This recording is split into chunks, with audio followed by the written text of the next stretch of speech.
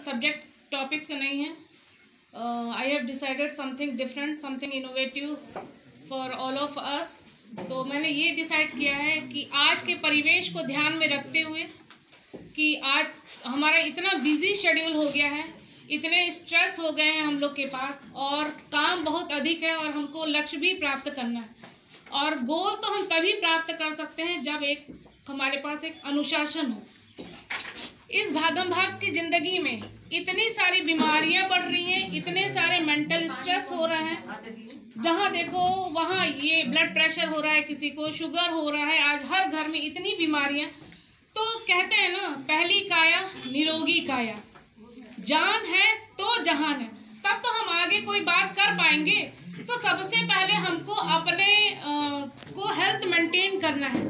जब हम स्वस्थ रहेंगे, सुखी रहेंगे, तभी हम कोई काम कर पाएंगे and we can enjoy our life. बच्चों को पढ़ाना भी है, एंजॉयफुल तरीके से पढ़ाना है। तो जो मेरा टॉपिक है वो आप सभी लोगों को पता है कि जो मैं अपने स्कूल की स्टार्टिंग की शुरुआत भी मैं ओम से करती हूँ। तो ये ब्रह्मांड की उत्पत्ति इस ओम से हुई है, ये सभी को पता है। तो मैं अपने स्कूल में भी, ताकि मेरे स्कूल की एनवायरनमेंट जो एनर्जी है वो पॉजिटिव एनर्जी हो जाए और हम लोग में भी पॉजिटिव एनर्जी डेवलप हो जाए, इस ओम नाम के उच्चारण से, क्योंकि ये 3 ध्वनियों से मिलकर बना है। सबसे पहले अ की ध्वनि, फिर ऊ की ध्वनि और फिर तीसरा है एम की ध्वनि। इन 3 ध्वनियों के उच्चारण से ओम शब्द बनता है।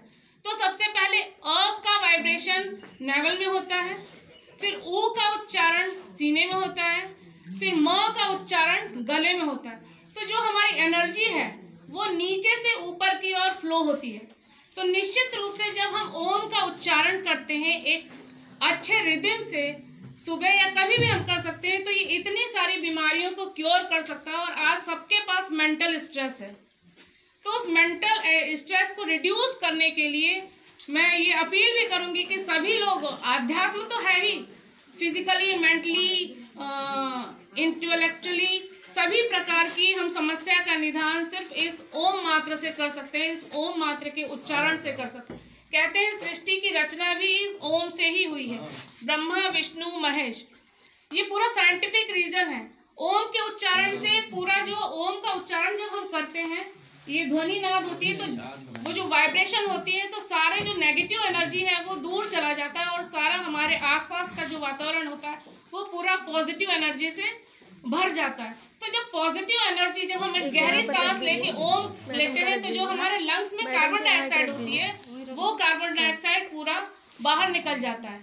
तो डिटॉक्सिफिकेशन होता है। जो शरीर में हमारा विषैला पदार्थ है, जो गंदगियां भरी हुई है, वो ओम के उच्चारण मात्र से हमारा वो क्या हो जाता है, शुद्धिकरण हो जाता है। पूरा ऑक्सीजन हम इनहेल करते हैं उस समय जब ये ओम का उच्चारण करते हैं, और कार्बन डाइऑक्साइड पूरा बाहर निकल जाता है। तो हमें यही करना है कि हमें अपने आप को मेंटेन करना है, स्वस्थ करना है।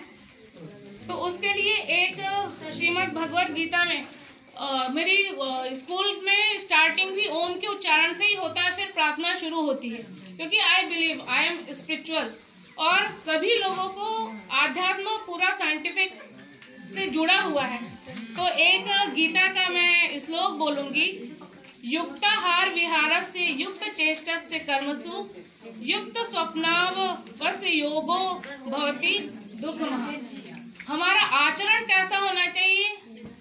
सबसे पहले तो अनुशासन होना ही चाहिए, और अनुशासन तभी आएगा जब हम अपना ठीक समय पर भोजन करें, ठीक समय पर सोएं, ठीक समय पर जागें, तो ऑटोमेटिक हम अनुशासित हो जाएंगे और हम अपने लक्ष्य को, हम अपने गोल को पूरा कर सकते हैं। तो देखिए, हमारे पास बीमारी कई प्रकार की है, तो योग और प्राणायाम ये हमें रोज करना है। और वैसे भी हमारा जो कालांश में 15 मिनट योग के लिए निर्धारित किया गया है, तो this is also part of our school का भी ये हमारे हिस्सा है। हम लोग को योग और प्राणायाम करवाना ही है, पीटी हम करवाते हैं। तो ये मैं प्राणायाम 7 प्रकार के प्राणायाम होते हैं, भत्सिका प्राणायाम, उद्गीत प्राणायाम, अनुलोम विलोम, फिर है भ्रामरी है, फिर उद्गीत है और शीतली है। तो प्राणायाम हमारे 7 प्राणायाम है।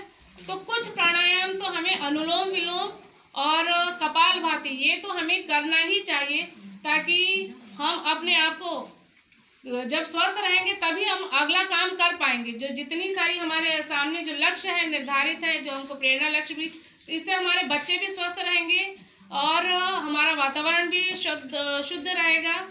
और इतना प्रयास तो हमको करना ही पड़ेगा, इसमें हमको अलग एफर्ट नहीं लगाना पड़ रहा है, कोई पैसा नहीं हमारा खर्च हो रहा है। तो इसलिए I think this is the easiest way to maintain healthy and hygienic environment, to protect our environment also. हम एक वृक्ष लगाएं। तो इस प्रकार से हम प्राणायाम करें, योग करें। कई प्रकार के योग हैं हमारे, बैठ के करने वाले आसन, खड़े होके आसन, लेट के आसन। तो जो भी कंफर्टेबल हम फील करते हैं स्कूल में, वो तो हमें निश्चित रूप से करना चाहिए। तो ये सारे ही मैंने ये TLM के माध्यम से बना रखा है। उस पर एक कविता भी लिख रखी, क्योंकि समय बहुत कम है। तो लेकिन एक बार ये तो मैं पढ़ ही दूंगी कि हमको प्राणायाम से क्या क्या फायदे होते हैं। वो सब हमको ओम का उच्चारण हमें एकदम करना ही चाहिए, क्योंकि कोरोना को भी हम भगा सकते हैं। हमारी इम्यून पावर बढ़ता है। और तो और मैंने थायराइड में 25 mg थायरॉक्स लेती थी, लेकिन पिछले 1.5 साल से मैंने 2-3 बार चेक करा लिया, मेरा थायराइड नॉर्मल है। क्योंकि जब हम म का उच्चारण भी आपके गले से होता है। 2 प्राणायाम अगर थायराइड के लिए हम करें, एक तो ओम का उच्चारण करें और एक उज्जाई प्राणायाम, तो उससे आप एकदम टोटल क्योर हो सकते हैं। और बहुत सारी जो बीमारियां हैं आपका पेट से संबंधित, सिर दर्द और विभिन्न जो आपके गैस्ट्रिक वाली प्रॉब्लम, हमको हेल्थ तो हमारा मेंटेन रखता ही है, फिर डाइजेशन प्रॉब्लम आने वाली क्योर होती है, थायराइड प्रॉब्लम क्योर होती है, बहुत सारी अनगिनत कोई बीमारियां मैं गिना नहीं पाऊंगी। बीमारियां तो अनेक हैं, वो सारी बीमारियां आप जड़ से खत्म कर सकते हैं सिर्फ ओम के उच्चारण से। अगर सही रिदम से हम ओम का उच्चारण करें तो हम हेल्दी और हाइजीनिक एनवायरनमेंट भी बना सकते हैं, हमारे घर के लोग भी सुखी रह सकते हैं, हमारे बच्चे भी सुखी रह सकते हैं, आने वाली पीढ़ी भी। इसलिए मैंने ये टॉपिक चुना कि इस टॉपिक को हम करें तो हम हेल्दी और अपना हाइजीन बढ़ा सकते हैं। Thank you.